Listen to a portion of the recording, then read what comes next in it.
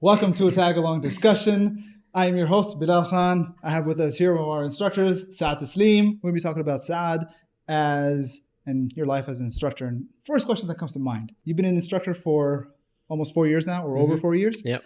And so what are some things that you've learned? What are some epiphanies that I've had? Or that, yeah, sure.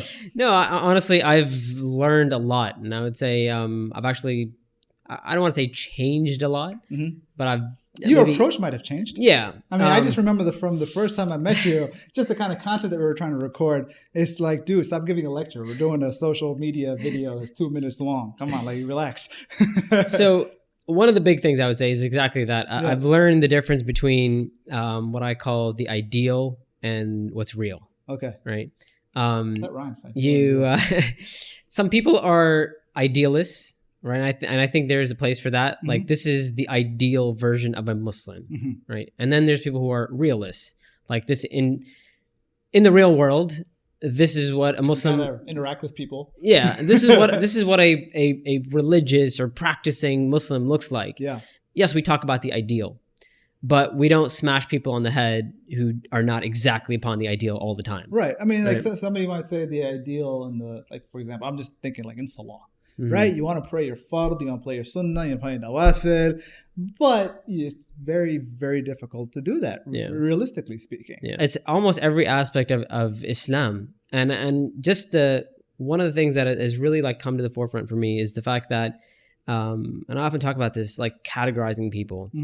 I hate it now. Like, I can't stand it. You know, even like good Muslim, bad Muslim, like, practicing Muslim, non-practicing Muslim, whatever. I think that's so limiting, and it actually hurts us because we are defining what we do for ourselves. It's terrible because we've like put ourselves in this category. We've limited our own capacity and potential just by doing that. Yeah, and when we do it to others, we don't believe in their potential. Yeah. So I'm like, for me now, we're all on this scale, right? We're on, this gradient. We're all trying to move towards becoming a good Muslim. Yeah. We're all on that path somewhere. Some people are here, some people there, some people are farther along, but we're all like, we have the same goal. Yeah. Right. And that kind of changes your approach when you're giving da'wah, when you're teaching people. I've learned to have high expectations from people. Have people surprised you? People have surprised me. Yeah. People have surprised me, and it's not always like what they do. It's their desire to be better. Okay. Right. So it's very, very easy to take a negative approach towards people and their Islam and their practicing of Islam. Like, oh, nobody prays 5 times a day. And, all these Muslims are doing this and they're doing that and nobody practices Islam. But that's one way to approach it. Yeah. Right. And you can get really bogged down and you can become really negative and just critical of everyone and everything. Yeah. And that's the dark path. Like, I see that. And I've seen people have gone down that path, and that's their da'wah. Their da'wah is just, everyone's going to hell. Everyone's a horrible Muslim. Every person is a deviant. Everyone is just horrible. Everyone's wrong, and it's not like if that's your message, you're not going to inspire a whole lot of people. No, it's interesting. One of the companies I worked at the first job I had when I was in DC, it was a local nonprofit geared towards educating middle school students, right?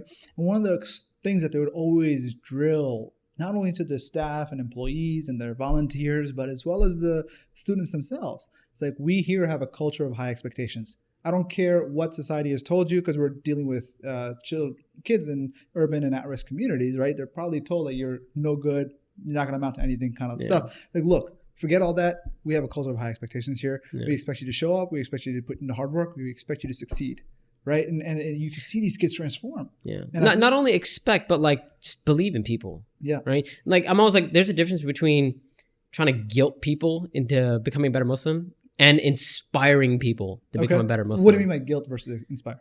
Like, guilting someone is, you're bad, you're horrible, this and that, you're a terrible Muslim, you're going to hell. Like, that's it. How's that guilting? That's just like, you're just berating them. Like, yeah, exactly. That's what it is, right? As opposed to, hey, listen, you have a lot of potential. Yeah. Right? And there's goodness in you. I mean, granted, there might be some things that could improve, but like, look, we're not focusing on that. Let's focus on what you can do good. Exactly. Yeah. And I believe in people's potential for good. And that has changed the way I talk to people and the way I give da'wah.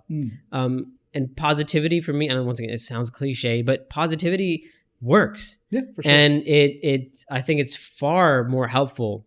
You can make far more progress with that than just like yeah, exactly. Exactly. I mean, that doesn't work. Maybe in the previous generation, right? Maybe. People could be like, they could force their kids to pray. They could force their kids to fast and force but their then kids. again, the culture and the environment that they grew up in was vastly different from what we are now. Exactly. I mean, here people have choices.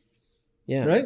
And you're look back in the day, you know, people around you, you lived in a certain culture, certain environment. Everyone was like kind of doing the same thing. Now you're living in a very diverse environment, different ideas, different ways of life, different.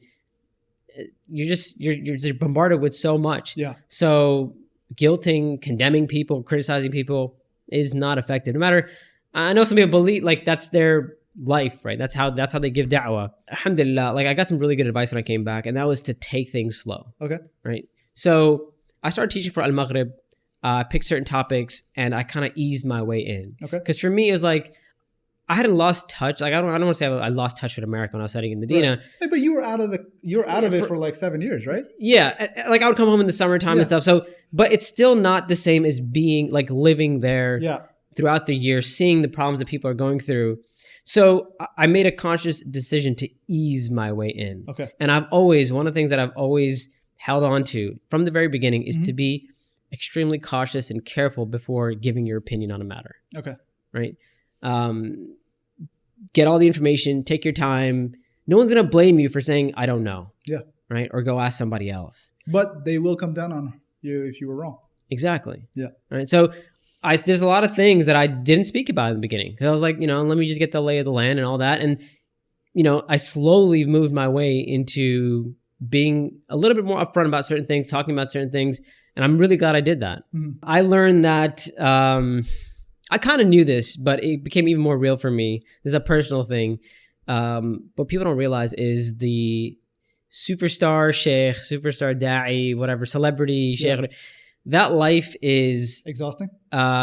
It's really tiring, man. It is exhausting. Spend most of your time there. No, and not even that. Not even that. It's very glamorous from the outside. Like when you look in upon it, right? Sometimes I look at my life. I look at what people see from my life, right? If you go to my Instagram page, you see all these like pictures of places that I go to. You look at my Snapchat, right? I only snap when I'm traveling. And you snap because it might be relevant to your audience. Exactly. Interesting. So it's very easy to look at that and be like, oh man. That's all he's doing.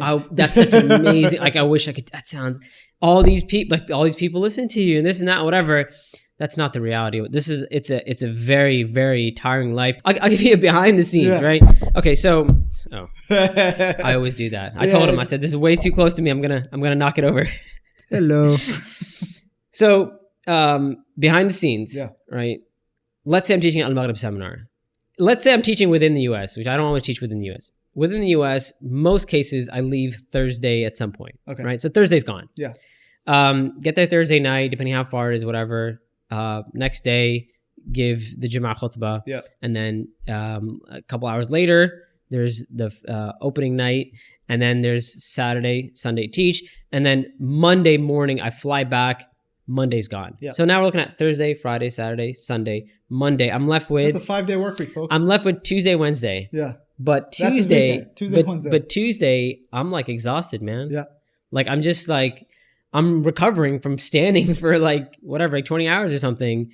And the travel and all that kind of stuff, let alone if I have to travel overseas, sometimes I'll leave on a Wednesday. Yeah, Malaysia. It's like 24 hours. Malaysia is just another story. It's just like, there's nothing left of your week. But I mean, I can go on and on. Like, I don't want to sound like I'm complaining. No, but there's seriously. I mean, the time that you spend in travel and for work, it's similar to. It's just the days are shifted, right? For somebody who's working 9 to 5, has an hour commute each way. Like they get home, like they really have no more than maybe an hour for themselves each day, and then finally they spend Saturday recovering, Friday night partying, Saturday recovering, Sunday dreading that they got to go back to work on Monday. It's a similar scenario, except that your weekend is Tuesday, Wednesday. Yeah, but you're doing good work. Alhamdulillah. Look, I'm glad for the opportunity that Allah Subhanahu wa Ta'ala has given me, and I ask Allah Subhanahu wa Ta'ala to accept the work that I'm doing. Yeah.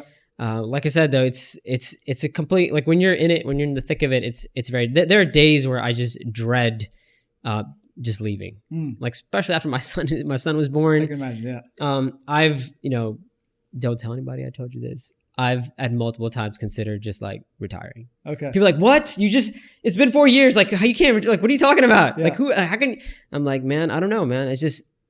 I'm not cool with spending a lot of time away from my son. I don't want to fall into that typical, maybe not so typical, but perception that people have of a da'i, of a scholar, teacher, whatever, who gives da'wah to the whole world, teaches the whole world, but is away from family, and their family gets nothing. Yeah.